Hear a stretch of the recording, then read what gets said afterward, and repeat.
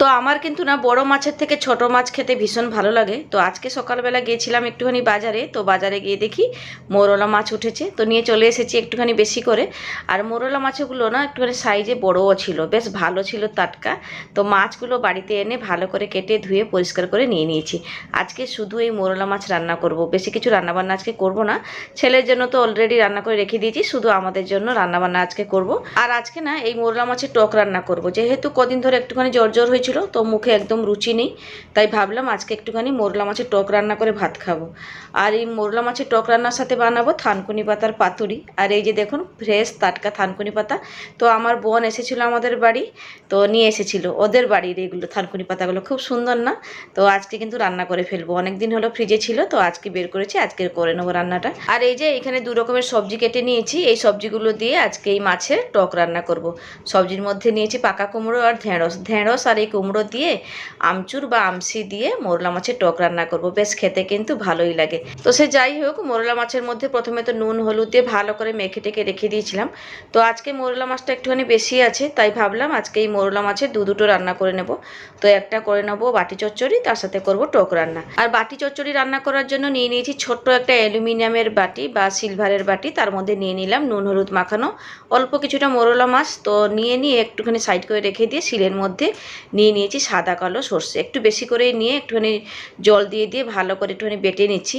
আর যেহেতু আজকে সব রান্নাতে সর্ষে বাটা পড়বে, থানকুনি পাতার পাতুরি করব তাতেও সর্ষে বাটা পড়বে, মাছের টকে আর মাছের ওই যে বাটি চচ্চড়ি রান্না করব, তো সবগুলোতেই আজকে সর্ষে বাটা লাগবে, তাই একটুখানি বেশি করে নিয়ে বেটে রেখে দিলাম। তো চলুন এবারে প্রথমে না ওই বাটি চচ্চড়িটা বসিয়ে দিই। তো বাটি চচ্চড়িটাকে প্রথমে ভালো করে মেখে নিতে হবে, তার জন্য ওই মাছের মধ্যে দিয়ে দিলাম 1 চামচ মতো সর্ষে বাটা।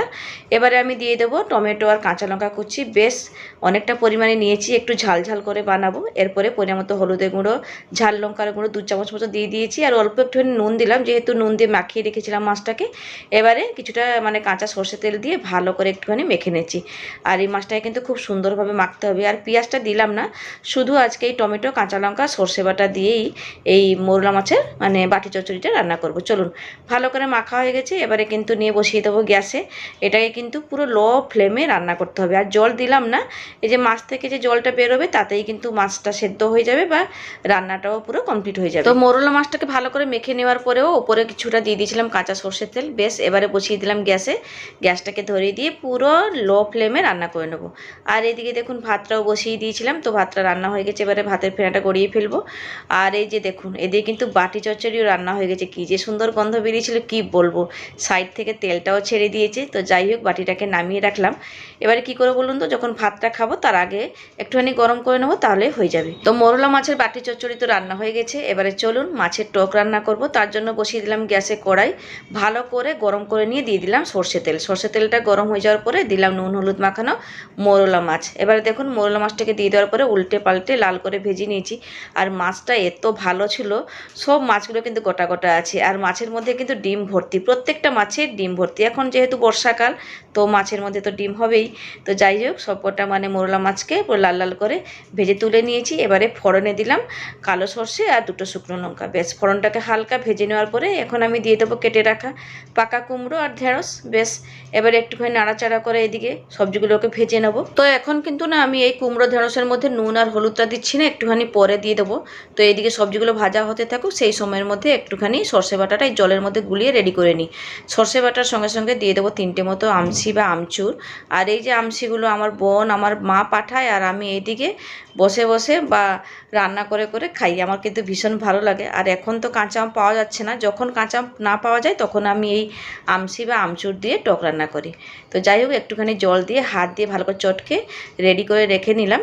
আর এইদিকে দেখুন ঢেঁড়স আর কুমড়োটা ভাজা ভাজা হয়ে গেছিলো, এবারে দিয়ে দিলাম পরিমাণ মতো নুন আর হলুদের গুঁড়ো। বেশ একটুখানি নাড়াচাড়া করে ভেজে নেওয়ার পরে এখন আমি ওই যে রেডি করে রেখেছিলাম টকের জলটা, তো এবারে দিয়ে দিলাম, তার সাথে সাথে ওই আমসিগুলোও দিয়ে দিলাম। এবারে পরিমাণ মতো জল দিয়ে একটুখানি নাড়াচাড়া করে ভালো করে মিশিয়ে নিচ্ছি। তো মেশানো হয়ে গেলে না, এবারে এই টকের মধ্যে দেবো থেতো করা রসুন। এই থেতো করা রসুনটা দিয়ে দিলে কিন্তু টকের স্বাদটা কিন্তু আলাদা ধরনের হয়ে যায়, যা হয় খেতে না গরম গরম ভাতের সাথে খেতে কিন্তু বেশ ভালোই লাগে।